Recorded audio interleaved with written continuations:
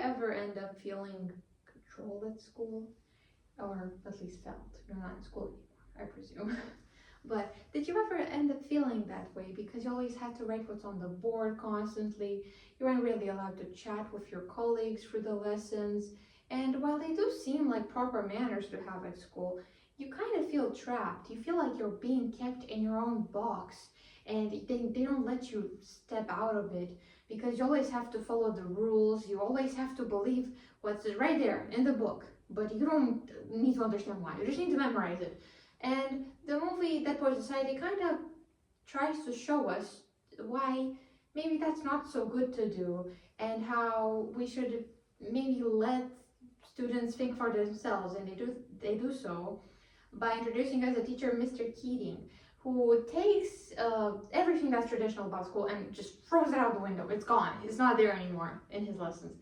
And you see that by his way of teaching his two students and just a whole class in general, but the ones I will be talking about more are his students, Neil and Todd.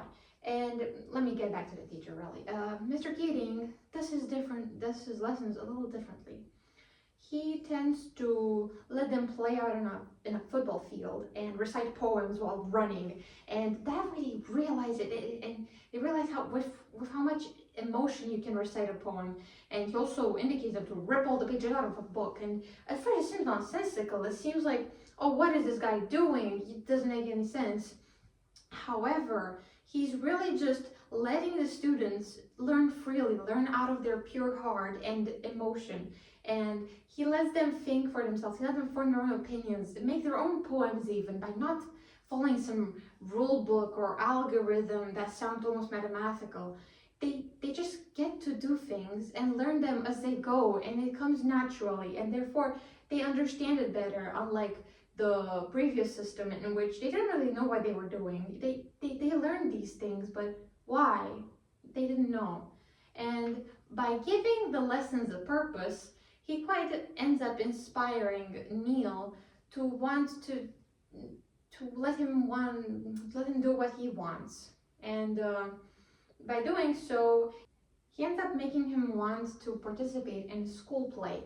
And he ends up doing so by going behind his father's back and disobeying his rules, because he finally realized that he actually enjoys doing something that's outside of all of this theoretical stuff. And he ends up playing, and he was really good. He was really, really good. He tells you so too. And he ends up enjoying it so much. He feels real freedom. He breaks free. For once, he felt his wings unravel, and he felt so good doing that. However, his father didn't really approve of this at all. He just wanted his son to be a doctor, and that's it. There was no more to that. And in that moment, Neil felt his freedom being taken away. And he didn't really know how to react to that, so he ends up taking his own life, which is not the way to go in here.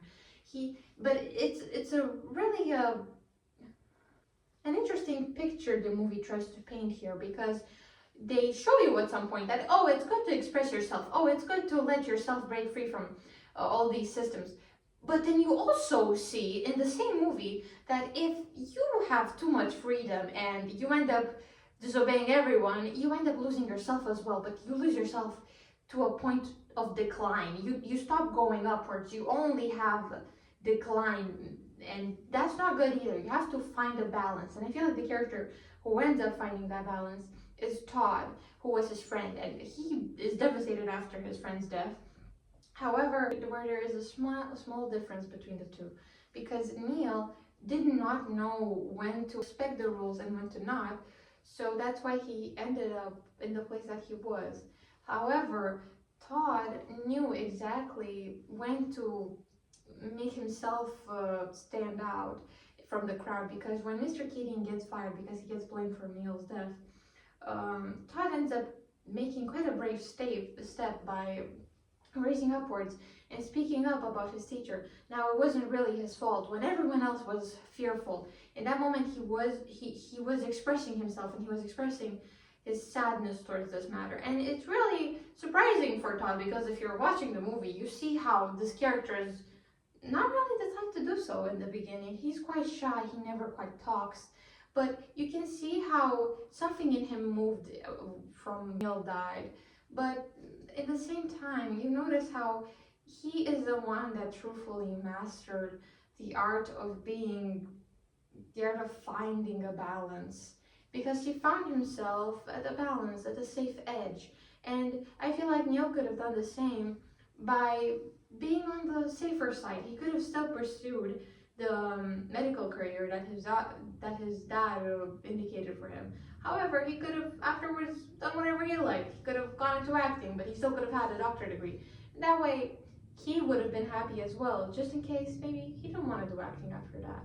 So I think it's important to remember that no matter how much you want something or how much you feel like sometimes being you're not being treated rightfully about your choices, I feel like it's always good to still think of a safer path to have things your way. Just like a good writer, for instance, they have to learn the books at first, and after that they can break free. It's all about matter and order.